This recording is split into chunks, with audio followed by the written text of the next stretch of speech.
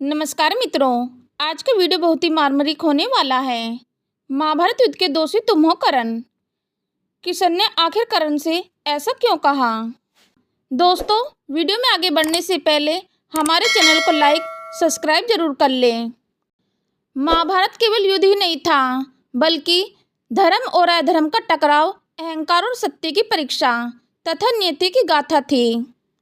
इस महायुद्ध में लाखों सैनिकों का संहार हुआ, कुलों का विनाश हुआ और धर्म राज्य की स्थापना के लिए भीषण बलिदान देने पड़े। ऐसे भीषण युद्ध के लिए कौन दोषी था?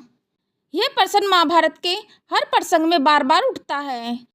इसी संदर्भ में एक प्रसंग आता है जब श्री कृष्ण कर्ण से कहते हैं, महाभारत के दोषी तुम हो कर्ण। यह जानना आवश्यक है कि कर्ण को यह क्यों कहा गया। दोस्तों, दुर्योधन का मुख्य सहायक कर्ण था। कृष्ण ने कर्ण से कहा, यदि वे दुर्योधन का साथ न देता तो महाभारत युद्ध घटित न होता। दुर्योधन की सबसे बड़ी शक्ति कर्ण ही था। कौरवों की सेना में शल्य, अश्वत्थामा या भीष्म और द्रोणाचार्य जैसे योद्धा चाहे महान थे, लेकिन दुर्योधन के अहंकार और अन्याय का असली सहारा कर्ण बना। कृष्ण ने स्पष्ट किया, कर्ण तुम्हारे धनुष और तुम्हारे पराक्रम के भरोसे ही दुर्योधन ने पांडवों से बैर किया। यदि तुम उसका साथ न देते तो वह कभी अकेला भीम और अर्जुन के सामने टिक नहीं पाता। तुम्हारे कारण ही यह अन्याय का बलवान बना। द्रौपदी के चीरहरण में तुम मौन रहे, यह भी एक दोष था। चीरहरण का प्रसंग महाभारत की सबसे बड़ी कलंकित घटना है। जब सभा में द्रौपदी का अपमान किया गया, तब भी कर्ण ने दुर्योधन का साथ दिया। उसने न केवल मौन सहमत किया, बल्कि द्रौपदी को कठोर वचन कहे। कृष्ण ने कर्ण से कहा कि धर्म का साथ देने की बजाय तुमने उस दिन अधर्म का पक्ष लिया। वही क्षण था जिसने कौरव और पांडवों के बीच युद्ध की अग्नि को प्रज्वलित किया। यदि तुम उस दिन द्रौपदी के सम्मान की रक्षा करते तो महाभारत युद्ध टल सकता था। कृष्ण ने कर्ण को उसके जन्म का रहस्य बताया। यदि वे वास्तव में पांडवों का ज्येष्ठ भ्राता है। यह सुनकर कर्ण विचलित हुआ, लेकिन उसने दुर्योधन का साथ छोड़ने से इनकार किया। कृष्ण ने कर्ण से कहा, तुम्हारा धर्म तुम्हें अपने भाइयों के पक्ष में खड़ा होना सिखाता है, परंतु तुमने मित्रता को धर्म के ऊपर रखा। तुम्हारी वफादारी प्रशंसनीय है, लेकिन जब मित्र अधर्म पर चल रहा हो तो उसका साथ देना अधर्म ही होता है। इस प्रकार कृष्ण ने स्पष्ट किया कि कर्ण ने अपने निर्णय से युद्ध की दिशा तय की। दोस्तों, कर्ण का अर्जुन से प्रतिद्वंदी सबसे बड़ा युद्ध का कारण था। दुर्योधन जानता था कि केवल कर्ण ही अर्जुन के समक्ष खड़ा हो सकता है।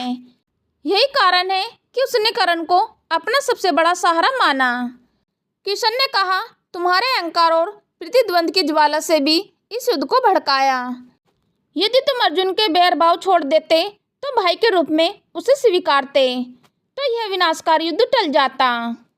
यह महाभारत मूल संदेश है धर्म की विजय। परंतु कृष्ण ने कर्ण से कहा, तुम धर्म की ओर बढ़ सकते थे, परंतु हर बार तुमने अधर्म का साथ दिया, इसलिए अधर्म में ही रहे। तुमने पांडवों को उनका अधिकार दिलाने की बजाय दुर्योधन को उत्साहित किया। तुमने अन्यायपूर्णता पर मौन सहमति दी। तुमने चीरहरण के समय धर्म की रक्षा नहीं की। इन सब कारणों से कृष्ण ने कर्ण को युद्ध का दोषी कहा।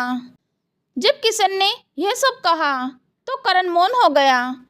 उसने स्वीकारा कि धर्म की दृष्टि से वह दोषी है, लेकिन साथ ही उसने कहा, मित्रता निभाना उसका व्रत था और वह दुर्योधन को अकेला नहीं छोड़ सकता था।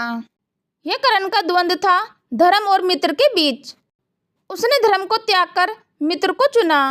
यह उसका सबसे बड़ा दोष था।